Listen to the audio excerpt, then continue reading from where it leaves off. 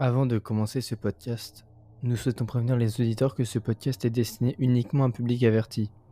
Certains contenus peuvent être susceptibles d'atteindre la sensibilité d'un jeune public. Merci.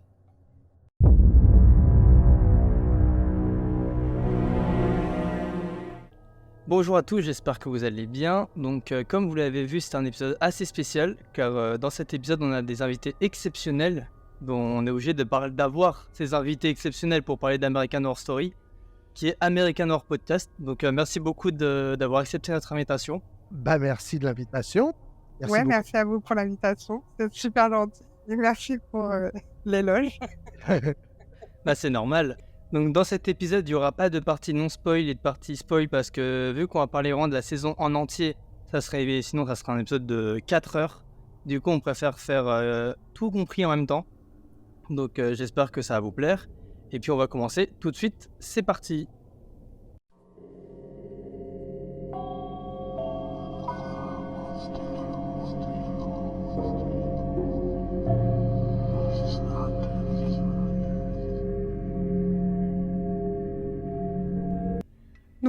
Cette première saison, elle est centrée autour de la famille Harmon. Elle est composée de Ben, Vivienne et de leur fille Violette. Peu après que Vivienne ait eu une fausse couche et que Ben l'ait trompée avec l'une de ses étudiantes, la famille Harmon va décider de quitter Boston et acheter une maison victorienne à Los Angeles. À leur arrivée, ils apprennent en fait que les précédents propriétaires de la demeure se sont suicidés. Et suite à ça, de nombreux phénomènes étranges vont se produire dans la maison. Donc nous, on a une question à vous poser. C'est qu'est-ce que vous en avez pensé du coup ? La question simple, basique. Est-ce que vous avez aimé ou pas ? Alors, je vais répondre en premier parce que je ne suis pas du tout galant. La première fois que je l'ai vu, alors moi, il faut savoir que je ne suis pas vraiment maison hantée, fantôme, tout ça. Ouais. C'est pas trop mon genre de film. Bon, là, l'avantage, c'est que les fantômes dedans, ils ont quand même une apparence corporelle. C'est pas des esprits, en fait. Donc, ça passait tout seul. Donc, la saison, la première fois que je l'ai vue, j'ai pas été transcendé, mais ça m'a donné envie de voir une autre saison. Donc, c'était déjà pas mal. Mais je peux dire que dans l'absolu, la première saison, quand je l'ai vue, j'ai aimé. J'ai aimé et j'ai trouvé que c'était un petit peu subversif pour l'époque. Ouais, c'est vrai que ça changeait un peu des séries de l'époque. Oui, puis ce côté un peu glauque, un peu malaisant, on ne trouvait pas ça dans les autres séries. On trouvait plus ça dans des films, plus que dans des séries. Et moi, pour le coup, j'aime bien tout ce qui est maison hantée, tout ça. Oui, ça me plaisait. Au début, elle me plaisait beaucoup, mais c'est vrai qu'à force de la regarder, on se rend compte qu'il y a trop de trucs. Comme quoi, par exemple ? Comme le personnage de Moira.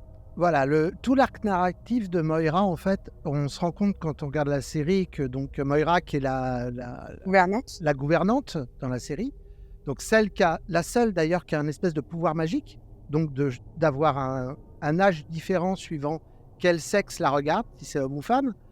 Il se trouve qu'en fait, elle fait plein de choses qui ont énormément d'importance pour l'histoire, juste parce qu'elle veut qu'on trouve son cadavre pour pouvoir quitter la maison. Or, on sait que le fait d'être dans la maison, c'est d'y mourir. C'est pas d'y être enterré, en fait. C'est pas d'y être enterré. Donc, tout ce qu'elle fait ne sert à rien. C'est ça, un peu. Hein. Mais s'il trouve son cadavre, ça changera rien, puisque que ce soit Evan Peters, que ce soit plein de gens dans la maison, on a trouvé leur cadavre, ils sont sûrement enterrés dans un cimetière. Et pourtant, ils sont quand même des fantômes dans la maison. Oui, on s'en rend compte quand Constance perd Adi. Elle veut qu'elle meure sur le terrain pour pouvoir aller la voir. C'est ça. Mais c'est très bien qu'elle ne pourra pas l'enterrer là, vu qu'en plus, il y a des flics et tout ça. Voilà, donc c'est vrai que Moira, elle essaye de séduire tous les hommes dans l'espoir qu'il fasse quelque chose pour qu'on trouve son cadavre et qu'elle puisse quitter cette maison, mais ça ne sert à rien en fait. Et le problème, c'est que c'est un arc narratif qui est tout le long de la série et qui a son importance. Ah, c'est vrai que même les saisons d'après, surtout une en particulier, elle continue d'être comme ça dans un épisode. Ouais. Tout le temps. Même il y a un moment, il y a un promoteur immobilier, elle le séduit dans l'espoir qu'il creuse une piscine pour trouver le cadavre. Après, elle le tue parce que ça ne sert plus à rien. Mais quoi qu'elle fasse, de tout ça, ça ne changera rien. Et du coup, c'est ce personnage-là que vous n'aimez pas ou c'est juste son histoire? Alors, c'est l'histoire. On adore le personnage, surtout Jo quand elle est jeune. Mais voilà, mais même l'actrice qui joue. Non, elle joue superbe. Les deux actrices la jouent très très bien. J'adore le personnage. C'est juste que c'est pas cohérent. Son histoire n'est pas du tout cohérente. Surtout qu'elle est là depuis très longtemps. Elle a vu beaucoup de personnes mourir. Donc, elle devrait savoir que même si t'es pas enterré là, tu restes là. C'est ça, c'est une des premières à être dans la maison en tant que fantôme. Non, peut-être pas la première, mais elle est très ancienne comparée à Tate ou tout ça encore. Mais la plus ancienne, ça doit être Lily Rabe, je pense. Oui, c'est Nora. Elle est son mari. Nora, ouais, c'est ça. Oui, parce que c'est eux qui ont construit cette maison. Avec son mari qui est médecin complètement taré. Et c'est vrai que du coup, je me dis, ils étaient quand même beaucoup à regarder le scénar, à regarder le truc. Il n'y en a pas un qui s'est dit, attendez, ça, c'est pas très cohérent. Voilà. Et après, qu'est-ce qui nous gêne d'autre? Le jeu de certains acteurs. Comme qui? Alors, les deux acteurs principaux, donc Dylan McDermott et comment elle s'appelle? Elle s'appelle Connie Bryton. Connie Bryton, voilà. Je trouve qu'il joue très très mal, en tout cas dans cette série. Elle surjoue et lui, il joue pas. Oui. Lui, il a toujours la même expression comme Ben Affleck. Et puis elle surjoue tout le temps. Donc c'est très embêtant. Alors que tous les autres, pour moi, il n'y a pas grand-chose à dire. Par contre, un personnage que je déteste, c'est bien Vivian. Je la déteste. Ah, moi, c'est plus son mari que je n'aime pas. Ah ouais? C'est peut-être son côté infidèle. Oui, qui le rend pas sympathique. Oui, c'est vrai, mais alors, elle se noie dans un verre d'eau. Dès qu'il lui arrive un tout petit truc, c'est les Flandres, c'est horrible. Oui, parce que Ben a beau ne pas être sympa, on voit qu'il, malgré les avances de Moira, malgré les avances d'Elizabeth Short, il résiste à tout ça. Pourtant, elles font tout pour le faire craquer. Il ne craque pas. Lui, ce qu'il veut, il a eu une illumination. Il veut sauver son couple. Mais ça le rend pas sympathique pour autant. Il a des trucs. Mais voilà, c'est le jeu des acteurs. Parce que pourtant, Taissa Farmiga, donc, qui joue Violette. Oui, Violette. C'était son tout premier rôle. Ouais. Et ça se ressent, mais pourtant, elle joue pas si mal, quoi. Oui, j'ai beaucoup aimé son personnage, oui. Ouais, il est très sympa. Voilà, pour un premier rôle, je trouve qu'elle se débrouille pas trop mal, quoi. Voilà, c'est plein de petites choses. Et quand on regarde la série comme ça, à chaque fois, on se dit, mais ça, c'est pas cohérent, ça, c'est pas cohérent. Mais sinon, bon, elle a le mérite déjà d'exister et d'avoir fait en sorte qu'il y ait toutes les autres derrière. Et là, nous, ça nous rend très heureux. Oui. Quasiment toutes les prochaines, ensuite, elles vont forcément parler de la toute première saison. En fait, il y a pour toutes les saisons, il y a un lien. Toutes, oui. Bon, après, il y en a qu'on a trouvé facilement, d'autres... D'autres, moi. Mais oui, c'est ça. Par rapport à un personnage qui va avoir le même nom de famille, tout ça, on se rend compte que c'est des ancêtres ou autre. Et est-ce que, du coup, vous avez un personnage que vous aimez plus que les autres? Pas niveau acting, mais juste le personnage, son histoire, tout ça? Dans cette saison, je dirais Tate, quand même. J'allais dire pareil. Même si c'est un tueur de masse, j'aime beaucoup son personnage, je le trouve hyper classe. Ouais, pourtant il est détestable. Hein. Il est détestable, mais je le trouve hyper classe et hyper... Je crois que Jessica Lange, elle est quand même très très bien. Oui, même si elle est très très méchante envers ses enfants, je trouve que vraiment son acting, on peut pas la détester en fait. Je sais pas comment expliquer, mais... Pas vraiment de la méchanceté, c'est plus de l'égoïsme.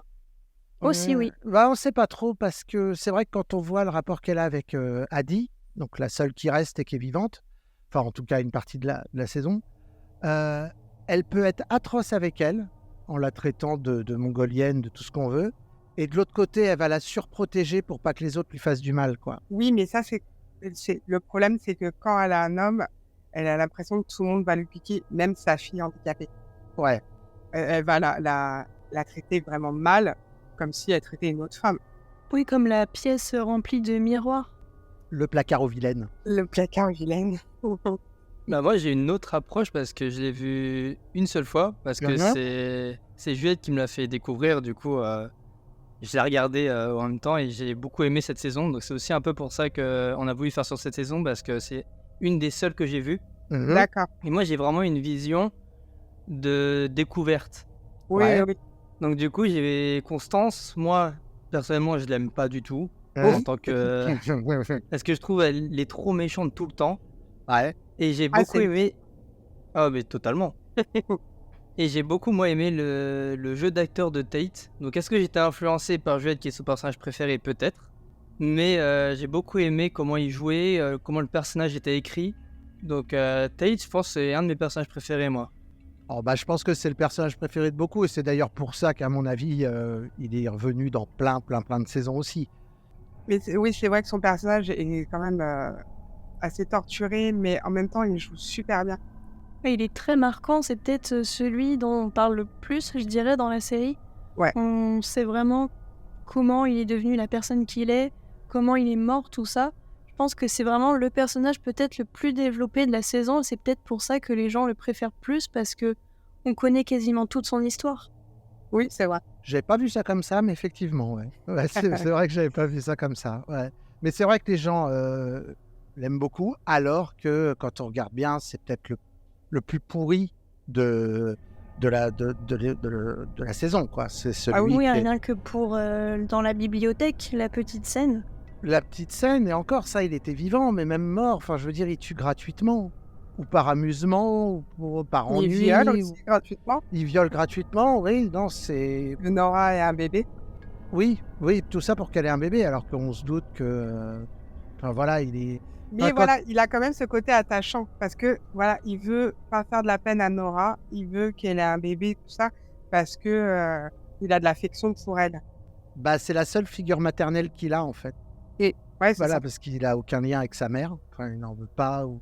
C'est normal. Non, mais c'est vrai que tous les acteurs, enfin tous les personnages de cette saison ont vraiment un caractère. À part évidemment à part Ben Et Viviane. et Viviane.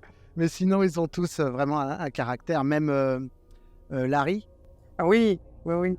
Même Larry, il a quand même un caractère. Et pourtant, quand on le voit essayer de pelleter avec une seule main, on a pitié avec lui, pour lui, quoi. Mais il arrive à avoir un caractère, même si on sent qu'au fond de lui, c'est pas quelqu'un de bon, quoi. En tout cas, il l'est pas devenu. C'est devenu quelqu'un d'assez désagréable. Mais c'est aussi peut-être pour ça que les gens ont accroché. C'est parce que le jeu d'acteur est très, très bon. C'est ça. Et je pense aussi que il y a certaines scènes qui sont inspirées de la vraie vie, comme la tuerie au début. De Columbine. C'est ça. Donc je pense les séries ou les films où il y a un peu de faits réels dedans, ça accroche beaucoup plus. Oui, oui, dedans, il y a le Dahlia Noir aussi. Il y a des chocs. Et puis le massacre des infirmières par Richard Speck, même si là, c'est vraiment très, très court. Oui, c'est seulement un épisode. Oui, et puis c'est vrai que il en tue que 2, ça va très vite. Alors qu'en fait, il en a tué, je sais plus combien on a dit, mais 8. C'était, mais oui, le fait qu'ils reprennent des faits divers comme ça, c'est très, très sympa. C'est ça qui est très intéressant, oui. Ouais, en fait, tu les cherches quand tu commences une saison. Quel fait divers je vais retrouver? C'est ça, ou même quels personnages ont réellement existé. Ouais. Et encore, nous, on voit ça de notre côté français. Oui. Donc, il y en a certains, on en a ouais. vaguement entendu parler, ou pas du tout. Mais je pense qu'aux États-Unis, ouais, ça a dû bien marcher, parce que ça doit être des affaires vraiment connues. Oui, ça c'est sûr. Même si j'ai un collègue qui a vécu aux États-Unis de sa naissance jusqu'en 2001. Il est parti après l'attentat sur les 2 tours. Lui, Richard Speck, il connaissait pas. Là, c'est peut-être du coup l'un des moins connus comparé à, par exemple, dans la saison 5 où il y a John Wayne Gacy, Richard Ramirez, tout ça. Où ça, c'est sûr, c'est les plus connus. Oui. Bon, en même temps, quand nous, on a traité de l'affaire Richard Speck, on pensait que ça serait assez ennuyeux. Parce que c'était pas un tueur en série. Enfin, il a tué une nuit, certes, mais... Et en fin de compte, c'était fascinant, quoi. Ah oui, il a fait tellement de choses. Il a fait tellement de choses. Bon, le mec a fini quand même... donc, il est mort en prison. Le mec s'était fait pousser de la poitrine pour devenir la petite femme des autres détenus. Ouais. Mais il a vraiment vrillé, quoi. Donc, c'était passionnant, hein. Franchement, je comprends qu'ils en aient parlé. Le mec était quand même assez torturé. Puis même avant ça, violer des vieilles pour leur voler $2. Ouais. Non, ils ont pas pris les plus soft quand même. Et c'est ça qui est cool dans American Horror Story, c'est que on trouve pas ça partout. C'est pas, c'est assez dérangeant quand même. Ouais. Et est-ce qu'il y a une scène qui vous a marqué, que ça soit dans le bien ou dans le mal? Je pense, comme beaucoup, je pense quand même que l'espèce de reconstitution entre guillemets de Columbine, elle est assez marquante. Elle est assez marquante. C'est vrai. Enfin, c'est celle dont je me souviens en tout cas. Et je dirais plutôt en bien parce que c'est bien fait, mais c'est vrai que. Comme en plus c'est inspiré de faits réels, c'est sûr que c'est beaucoup plus marquant cette scène, quand on sait que ça s'est vraiment passé dans la vraie vie et que c'était complètement atroce. C'est ça, c'est ce qui me dérange le plus en fait. C'est que, comme je dis, j'aime pas les histoires de fantômes, tout ça. En fait, moi j'ai un problème avec les films d'horreur sur des choses qui n'existent, que je considère qui n'existent pas.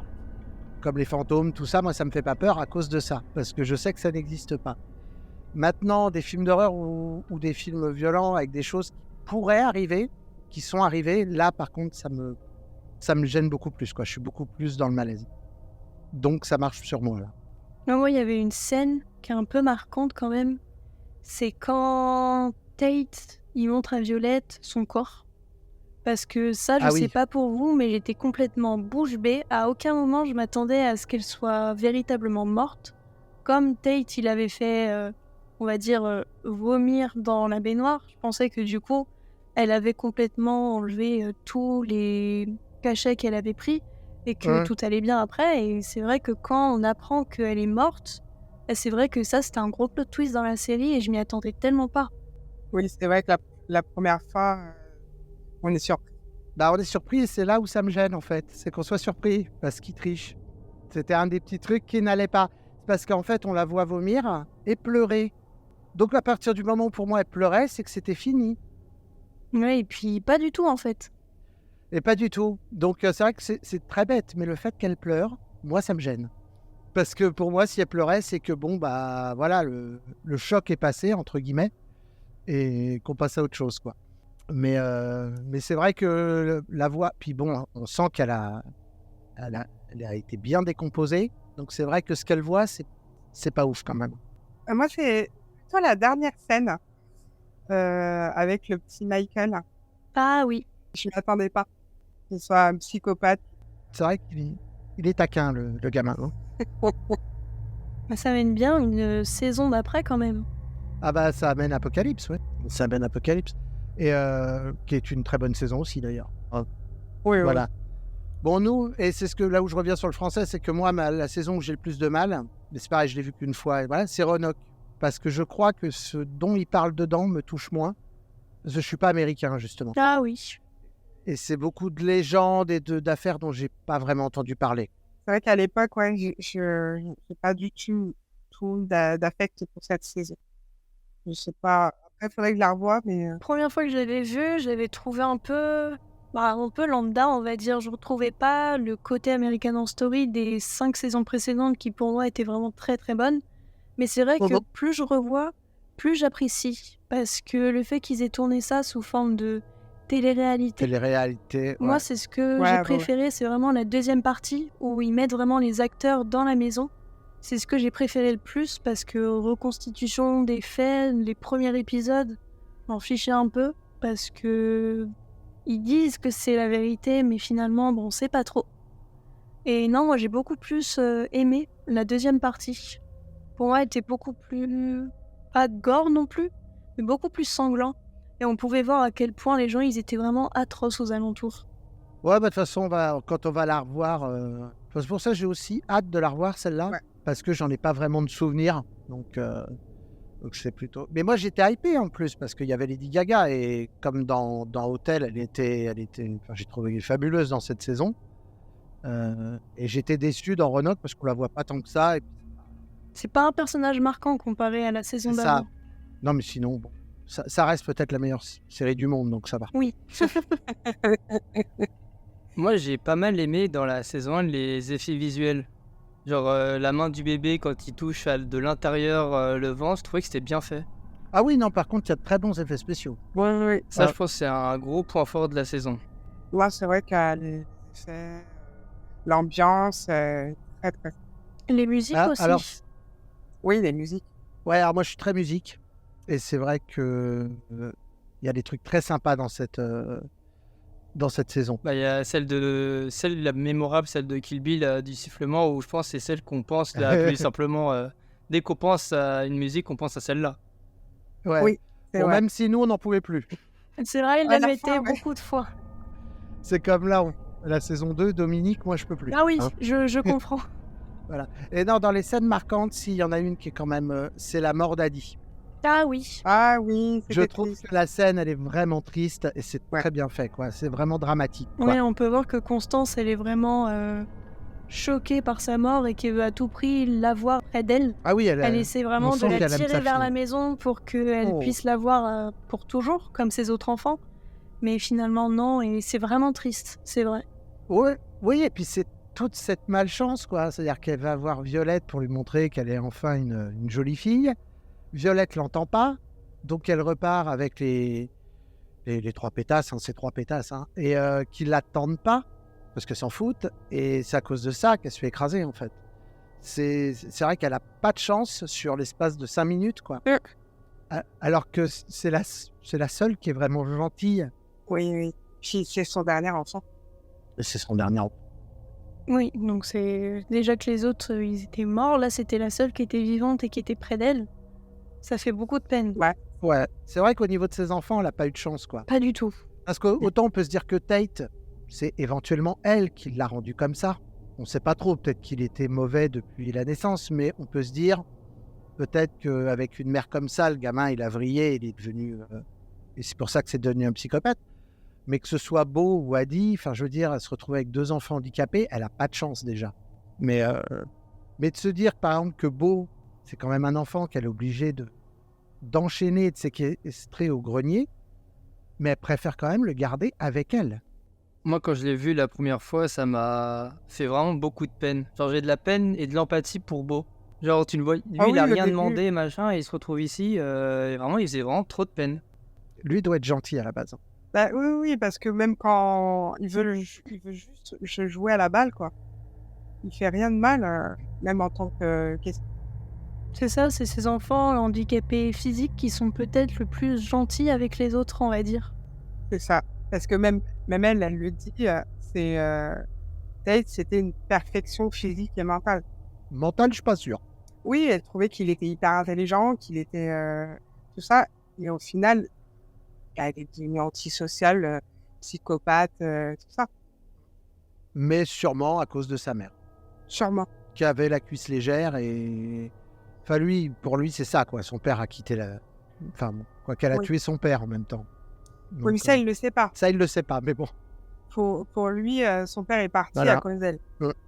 Mais et puis pareil, une autre petite incohérence, mais ça revient au même, c'est toujours qu'elle a pas enterré son mari avec Moira dans le jardin, pas qu'ils soient ensemble après. Oui, donc elle l'avait vraiment mauvaise. Oui, mais elle a quand même tué les 2 dans la maison. Donc son mari est quand même en fantôme dans la maison. Même si elle l'a donné à manger au chien, ça reste un fantôme, quoi. Donc c'est des petites incohérences là-dessus où, à mon avis, ils n'étaient pas trop au point. Par contre, il se rattrape vraiment sur les autres saisons où il y a beaucoup moins d'incohérences. Ouais, franchement. Et sinon, est-ce que vous pensiez une seule seconde que en fait l'homme au latex depuis le début, c'était Tate ou pas du tout? Ça aussi, ça vous a un peu choqué? Moi, je pensais que c'était un personnage à part entière, en fait. Oui, moi aussi, Au je tout pensais que début. c'était une entité vraiment différente et méchante. Pas vraiment un homme en soi, mais plus un démon. Ouais, moi aussi. Parce que c'est vrai, on s'attend pas à ce que ce soit un personnage qui enfile ce costume. Ouais, c'est vrai. La première fois, on est sûr. Même moi, quand je l'ai vu cette scène pour la première fois, quand j'ai vu que c'était lui, ça m'a bouche bée et je savais pas comment réagir. Bah oui, parce qu'en plus, c'est quand on découvre ça qu'on se rend compte à quel point il est mauvais. Oui. Puis même avec le couple gay, tout ça, il est vraiment mauvais.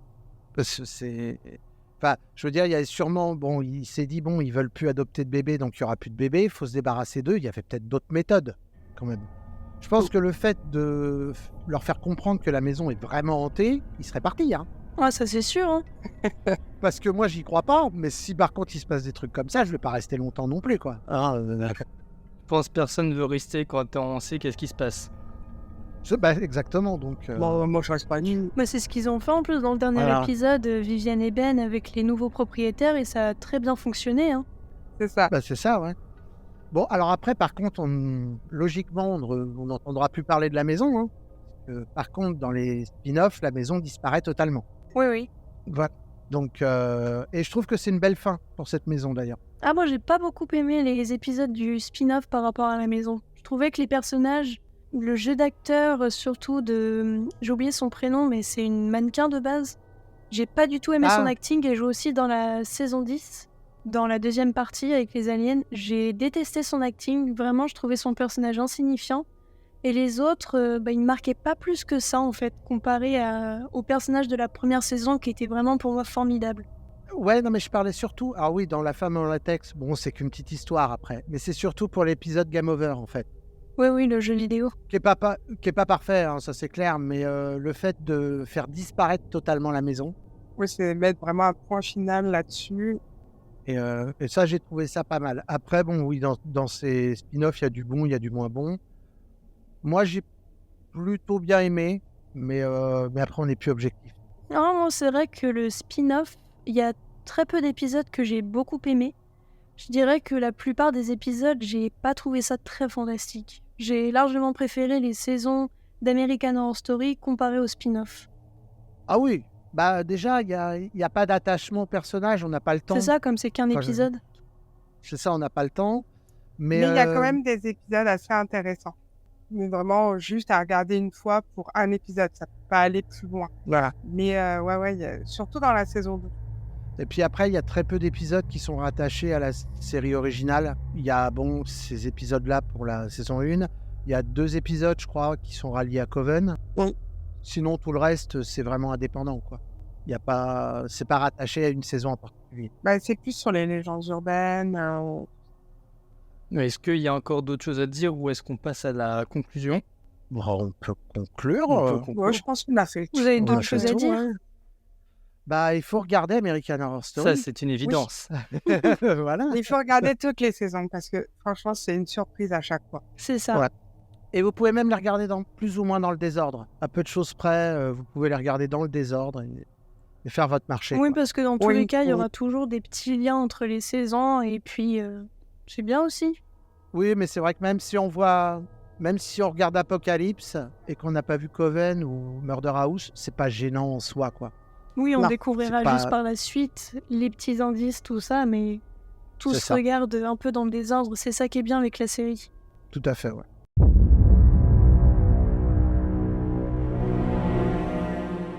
Donc, merci de nous avoir écoutés. Encore un grand merci à vous d'avoir accepté l'invitation, car ça nous a donné une autre vision que nous, on avait.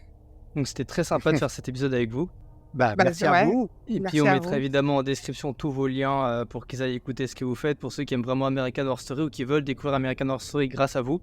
Merci. Mais merci beaucoup. Voilà. Et par contre, pour les oreilles averties, on n'est pas toujours très gracieux. Non, c'est vrai. Voilà.